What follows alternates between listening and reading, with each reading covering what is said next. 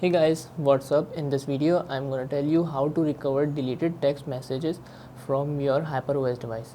So first of all guys, you have to go to Google Chrome, okay, and here search for us.i.mi.com.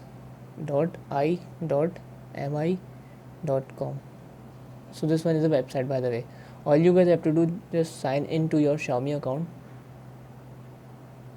Okay, after signing into your account, we have all these things like find device, messages, contacts, notes, recording, settings, and recently deleted. So I am talking about the deleted text messages. So all you guys have to do, just tap on the recently deleted and then go to messaging. So here, as you see, restore delete message within 30 days.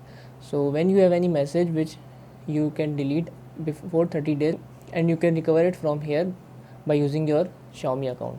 So that's the only method we can recover our deleted text messages from HyperOS device. So that's it about the video. If this video helped you guys, kindly like the video and follow us for more tips and tricks. See you guys in the next video. Take care.